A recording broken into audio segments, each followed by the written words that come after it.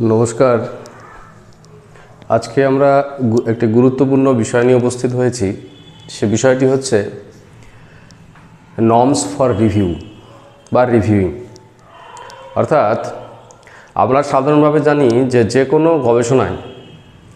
কোনো গবেষণাতে রিভিউ একটি গুরুত্বপূর্ণ ভূমিকা পালন করে। প্রকৃতপক্ষে রিভিউয়ের মধ্য দিয়ে একজন গবেষক কতগুলি গুরুত্বপূর্ণ দিশা বা কতগুলি গুরুত্বপূর্ণ ডিরেকশানকে এনশিওর করার সুযোগ পায়। সহজ করে বলতে গেলে কোনো একটা গবেষণার যে মৌলিক যে ভিত্তি বা মৌলিক যে ফাউন্ডেশন, সে মৌলিক ফাউন্ডেশনটাকে প্রতিষ্ঠা করার জন্য বা ক্রিয়েট করার জন্য গবেষকের কাছে একটা অত্যন্ত অপরিহার্য সম্পদ বা একটি অপরিহার্য রিসোর্স হিসেবে বা টেকনিক হিসেবে রিভিউয়ের একটা প্রাসঙ্গিকতা রয়েছে। তো যাই হোক, আজকে আমরা রিভিউ সম্পর্কে আলোচনা করার জন্য বা রিভিউয়ের মৌলিকতা সম্পর্কে ধারণা গঠন করার জন্য রিভিউ করার সময় আমাদের কী ধরনের নর্মস বা কী ধরনের বিবেচ্য বিষয়গুলোকে গুরুত্ব দেওয়া দরকার, সেই বিষয়গুলি সম্পর্কে বা নর্মসগুলি সম্পর্কে আজকে আমরা আলোচনা করব। আশা রাখবো এই বিষয়গুলি অত্যন্ত প্রাসঙ্গিক বলে বিবেচিত হবে যদি পরবর্তীতে কোনো গবেষক এই বিষয়টি সম্পর্কে বা এই বিষয়গুলিকে কাজে লাগায়, তাহলে গবেষণার কাজটিকে সমৃদ্ধ করার ক্ষেত্রে বা গবেষণাকে একটা নির্দিষ্ট জায়গায় বা একটা নির্দিষ্ট প্ল্যাটফর্মে প্রতিষ্ঠা করার ক্ষেত্রে এই নর্মস, আজকের আলোচিত যে নর্মস, সে নর্মসগুলো অনেক গুরুত্বপূর্ণ দিশা প্রদান করবে।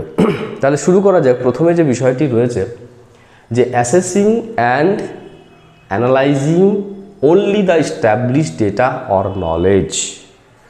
রিভিউ করার সময়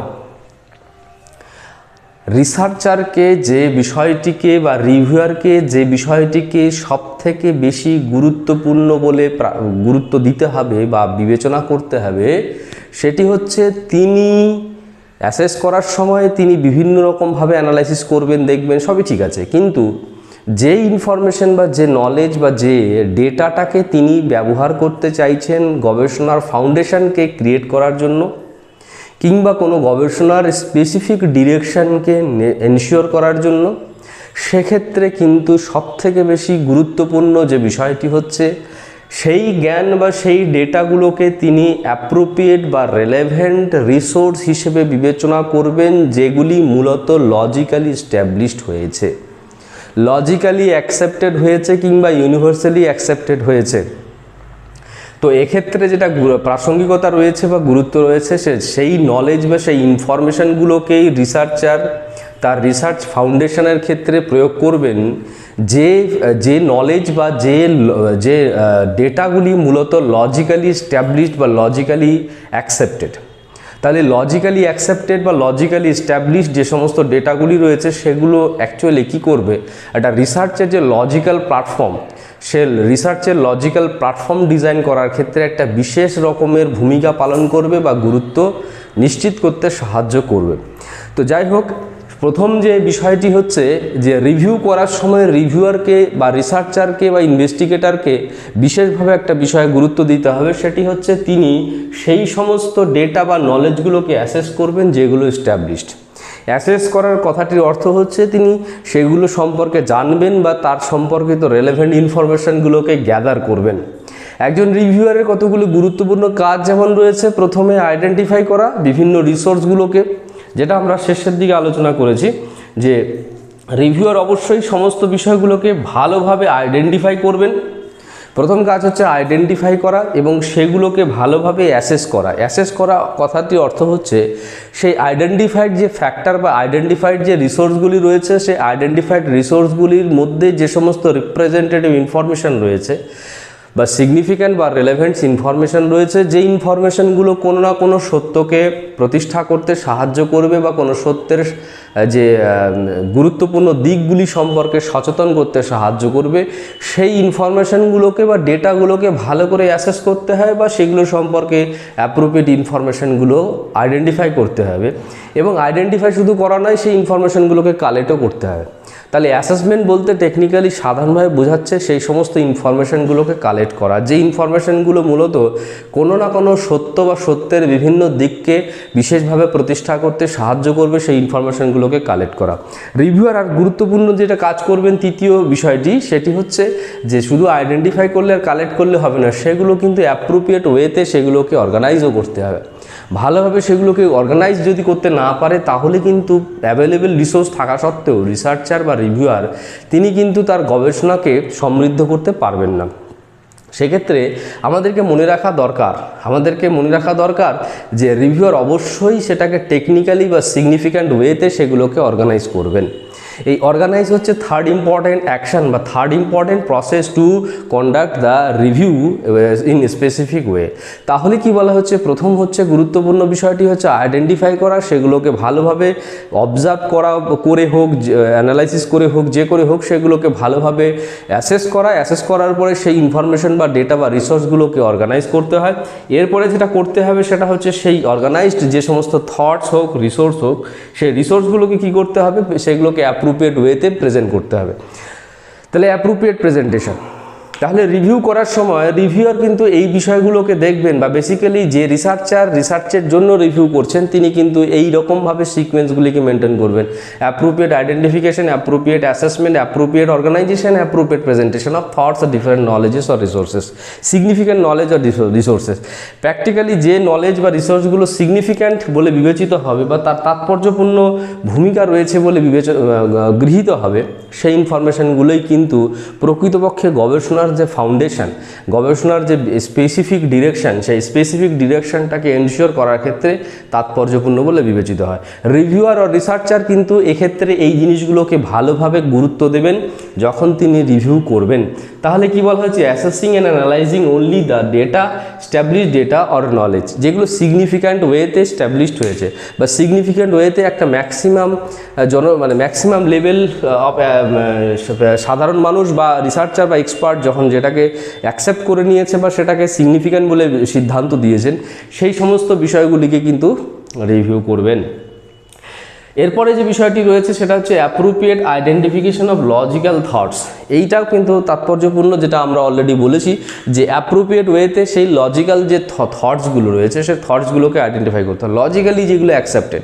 সাধারণভাবে আমরা জানি যে লজিক হচ্ছে এমন একটা গুরুত্বপূর্ণ philosophical or technical or scientific process যার মাধ্যমে মূলত যে কোনো সত্যকে প্রতিষ্ঠা করা সম্ভব হয়, তাৎপর্যপূর্ণভাবে সম্ভব হয়, এবং সত্যকে প্রতিষ্ঠা করার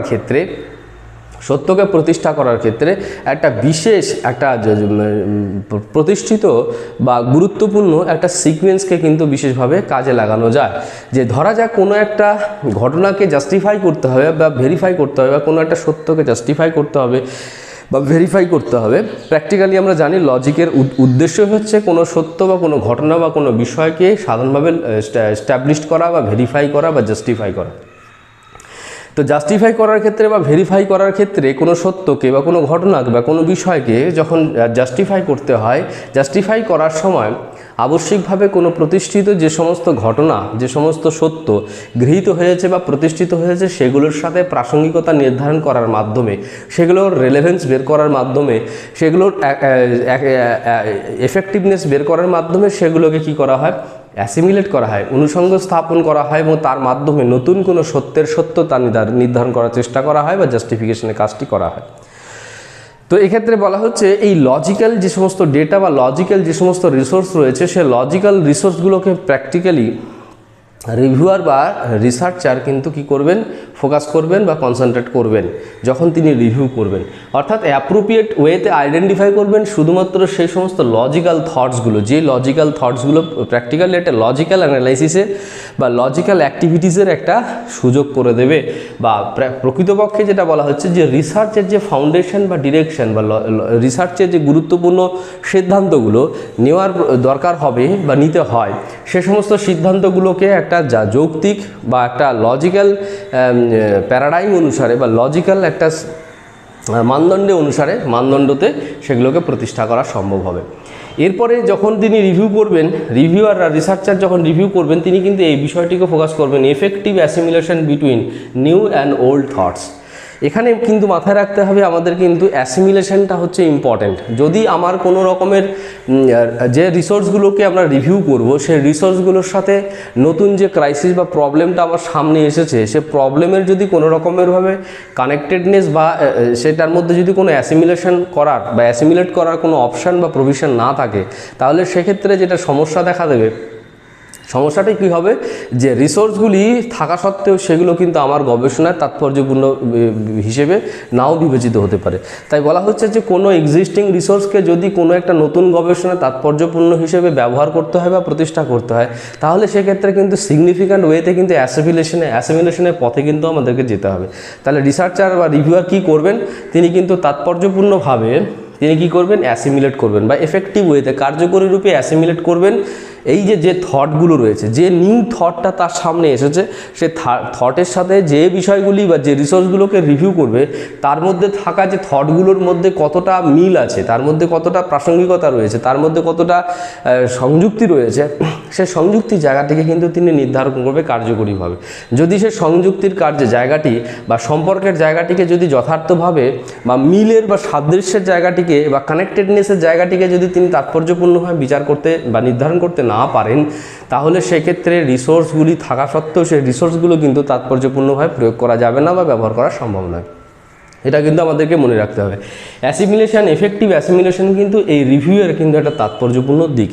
effective assimilation between new thoughts and old thoughts, নতুন ভাবনার সাথে পুরনো ভাবনার একটা সংযুক্তি করলে একটা কিউমুলেটিভ একটা এক্সপ্লোরেশন অফ থটস কিন্তু হবে। একটা যে ভাবনার যে একটা কিউমুলেটিভ এক্সপ্লোরেশন, সে কিউমুলেটিভ এক্সপ্লোরেশন বা significant exploration of new thoughts, এইটা কিন্তু সম্ভব হবে এফেক্টিভ ওয়েতে করা। এরপরে যেটা বলা হচ্ছে যে অ্যাসাসিং অল রেলেভেন্স এবং ইস্টাবলিশড নলেজ, এখানে কিন্তু আরেকটি বিষয় আছে। এফেক্টিভ অ্যাসিমিলেশন যেমন অ্যাসিমিলেশন করতে গেলে বা অ্যাসিমিলেট করতে গেলে যেটা দরকার সেটা হচ্ছে রেলেভেন্সটাকে বের করা। এখানে যে রিসোর্সগুলো আমরা অ্যাসেস করব তার মধ্যে এই রিসোর্সগুলির মধ্যে যে রেলেভেন্স আছে, প্রাসঙ্গিকতা রয়েছে, এই প্রাসঙ্গিকতাটাকে কিন্তু নির্ধারণ করা দরকার। কারণ মনে রাখতে হবে, এই প্রাসঙ্গিকতা না থাকলে কোনো কাজ যদি বা কোনো ঘটনা বা কোনো বক্তব্য যদি প্রাসঙ্গিক না হয়, তাহলে কিন্তু সেটা সম্পূর্ণ নিছক উপস্থাপন ছাড়া আর কিছুই থাকে না, কিছুই বলে বিবেচিত হয় না। তাই নিছক উপস্থাপন যাতে না হয় কোনো সম্পদের বা রিসোর্সের, তাহলে সেক্ষেত্রে কী করতে হয়, যে রিসোর্সগুলোকে আমরা রিভিউ করছি সেই রিসোর্সগুলির মধ্য থেকে যে স্পেসিফিক রিসোর্সকে আইডেন্টিফাই আমরা করছি বা সেটাকে কাজে লাগাতে চাইছি, সেই রিসোর্সগুলোর কিন্তু প্রাসঙ্গিকতা বিচার করা অত্যন্ত আবশ্যক বা অত্যন্ত গুরুত্বপূর্ণ। তাই প্রাসঙ্গিকতা নির্ধারণ করাটা প্রয়োজন। এই প্রাসঙ্গিকতাকে আমাদের নির্ধারণ করতে হবে যে কতটা সেই থটসগুলো, সেই রিসোর্সগুলো, সেই লজিকগুলো, সেই কনসেপ্টগুলো আমার কাজের সাথে অনেক বেশি প্রাসঙ্গিক এবং তাৎপর্যপূর্ণ বা ব্যবহারযোগ্য তা রয়েছে, সেটা কিন্তু আমাদেরকে বের করতে হবে রিভিউ করার সময়। তাহলে এরপরে যে বিষয়টি রয়েছে সেটা হচ্ছে specific focus to get research gap for further study. এখানে কি বলা হচ্ছে যে রিভিউয়ের আরেকটা উদ্দেশ্য কিন্তু থাকতে হবে, যেমন সত্যতা যাচাই করবেন, ঠিক কথা। রিভিউ করার সময় তিনি সাদৃশ্যের জায়গা নির্ধারণ করবেন, নতুন ভাবনা এবং পুরনো ভাবনার মধ্যে সাদৃশ্যের জায়গাটাকে নির্ধারণ করবেন যেমন দরকার, এটাও একটা গুরুত্বপূর্ণ বিষয়।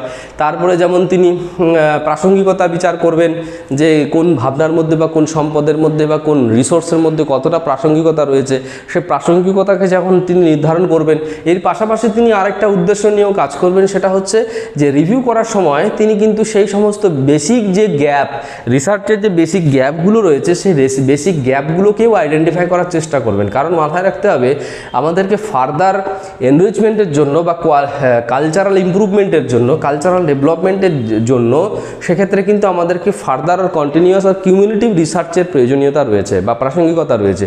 তো সেই জন্য রিসার্চারকে কী করতে হয় বা রিভিউয়ারকে কী করতে হয়, রিভিউ করার সময় তিনি কিন্তু সেই সমস্ত টেকনিক্যাল আর স্পেসিফিক গ্যাপগুলোকে আইডেন্টিফাই করবেন ফর ফার্দার স্টাডিজ। সেই টেকনিক্যাল গ্যাপগুলো প্রেজেন্টেশনের সময় কিন্তু প্রেজেন্ট করবেন অবশ্যই। সে টেকনিক্যাল যে গ্যাপগুলো, রিসার্চের যে টেকনিক্যাল গ্যাপ আর স্পেসিফিক আর সিগনিফিক্যান্ট গ্যাপগুলো, সেই গ্যাপগুলোকে তিনি বের করবেন। কোথায় কোথায় ঘাটতি রয়েছে, কোথায় কোথায় অসম্পূর্ণতা রয়েছে, কোথায় কোথায় বিচ্যুতি রয়েছে, কোথায় কোথায় ডেভিয়েশন রয়েছে, এই বিষয়গুলো কিন্তু মূলত সেই রিসার্চ গ্যাপের মধ্যে পড়ছে। সেই গ্যাপগুলো কিন্তু তিনি আইডেন্টিফাই করবেন। আইডেন্টিফাই কেন করবেন না, তো ফার্দার স্টাডিজের জন্য করবেন। ফার্দার স্টাডিজের জন্য এটা কিন্তু এই রিসার্চ রিসার্চ গ্যাপ আইডেন্টিফাই করার কিন্তু প্রয়োজনীয়তা রয়েছে।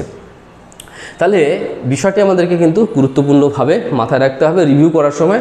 তিনি কিন্তু সেই অর্থাৎ এমন হতে পারে যে জিনিসগুলো, যে রিসোর্সগুলো বা যে থটসগুলো তার কাজের সাথে, অর্থাৎ গবেষকের কাজের সাথে, নতুন গবেষণার সাথে প্রাসঙ্গিক, সেগুলো তো কাজে লাগাবেন, তিনি সেগুলো তো বের করার চেষ্টা করবেন, সাদৃশ্য নির্ধারণ করার চেষ্টা করবেন। পাশাপাশি তিনি কিন্তু সেই সমস্ত প্রয়োজনীয় গ্যাপগুলোকেও কিন্তু বের করার চেষ্টা করবেন, যে গ্যাপগুলোকে নিয়ে পরবর্তীকালে ফার্দার বা অধিকতর স্টাডিজের ক্ষেত্রে যেগুলো একটা গুরুত্বপূর্ণ ভূমিকা পালন করবে, সেইটাও কিন্তু একটা গুরুত্বপূর্ণ উদ্দেশ্য হিসেবে রিভিউয়ার কিন্তু রিসার্চের ক্ষেত্রে তিনি কিন্তু এটাকে ফোকাস করবেন, স্পেসিফিক্যালি ফোকাস করবেন। এরপরে কি বলা হচ্ছে? এরপরে বলা হচ্ছে লাস্টলি যেটা আমরা আলোচনা করব সেটা appropriate evaluation of collected knowledge based on both logical and quality parameter.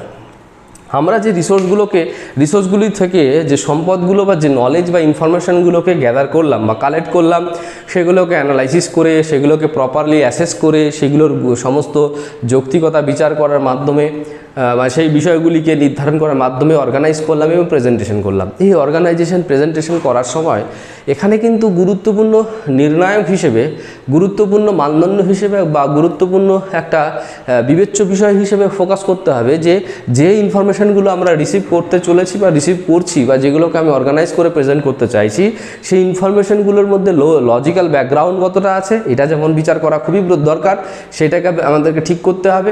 পাশাপাশি আমাদেরকে আরেকটা বিষয়কে ঠিক করতে হবে, সে বিষয়টি হচ্ছে যে এর মধ্যে কতটা কোয়ালিটি কনসার্ন রয়েছে।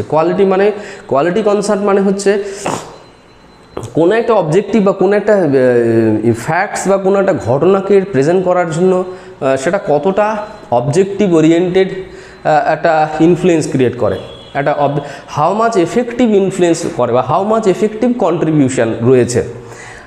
যেমন হচ্ছে কম কন্ট্রিবিউশন বা কম ইনফ্লুয়েন্স রয়েছে বা কম প্রভাব রয়েছে, এগুলোকে বিচার করার ক্ষেত্রে বা গ্রহণযোগ্য করার ক্ষেত্রে অনেক সময় সেগুলো কিন্তু অনেক বেশি অপ্রাসঙ্গিক বলেও বিবেচিত হতে পারে। সেক্ষেত্রে কিন্তু মনে রাখতে হবে যে আমাদেরকে প্রাসঙ্গিক যদি করতে হয়, সেক্ষেত্রে কিন্তু এই কোয়ালিটি কনসার্ন মানে হচ্ছে যে এটা হাউ মাচ আমার সেই প্রবলেমটা ক্ষেত্রে কতটাই ইনফরমেশানগুলো বা এই বিষয়গুলি কতটা কন্ট্রিবিউশন বা ইনফ্লুয়েন্স ক্রিয়েট করছে, সেই ইনফ্লুয়েন্সের যে এফেক্টিভনেস বা ইনফ্লুয়েন্সের বা কন্ট্রিবিউশনের যে এফেক্টিভনেস, অর্থাৎ হায়ার অর্ডার এফেক্টিভনেস, এইটা বিচার করাটাও গুরুত্বপূর্ণ এই রিভিউয়ের ক্ষেত্রে। অর্থাৎ রিভিউ করার সময় কিন্তু সেই জায়গাটিকেও বিচার করবেন, অর্থাৎ কোয়ালিটির যে বিষয়টি, সেই কোয়ালিটির বিষয়টিকে ফোকাস করবেন। তো যাই হোক, এই হলো কতগুলি রিভিউ করার সময় রিভিউয়ার কিন্তু এই গুরুত্বপূর্ণ নর্মসগুলোকে, গুরুত্বপূর্ণ বিষয়গুলোকে গুরুত্ব দেবেন বা ফোকাস করবেন। সেই বিষয়গুলি তাকে বা রিসার্চার বা রিভিউয়ারকে বিশেষ সিদ্ধান্ত গ্রহণ করতে সাহায্য করবে। এটা আমাদেরকে মনে রাখতে হবে। প্রথম দিকে এই বিষয়গুলি সম্পর্কে আলোচনা করতে গিয়ে আমরা বলেছি যে রিভিউ একটা এমন একটি বিষয়, যে বিষয়টি বা এমন একটি টেকনিক্যাল প্রসেসটি মূলত একটা গবেষণার যে একটা ভিত্তি, সেই ভিত্তিকে কিন্তু বিশেষ রূপে প্রতিষ্ঠা করতে সাহায্য করবে, বিশেষ সিদ্ধান্তে পৌঁছাতে সাহায্য করবে, বিশেষ ডিরেকশন ক্রিয়েট করতে বা ইউজ করতে সাহায্য করবে। তো যাই হোক, আপনারা যদি কোনো পরবর্তীতে রিভিউ এর কাজ করতে চান বা রিভিউ করতে চান কোনো রিসার্চ পারপাসে, সেক্ষেত্রে কিন্তু অবশ্যই এই নর্মসগুলোকে ফোকাস করবেন, নর্মসগুলোকে গুরুত্ব দেবেন, এই আশা রেখে আজকে আমাদের আলোচনা এখানে শেষ করছি। ধন্যবাদ।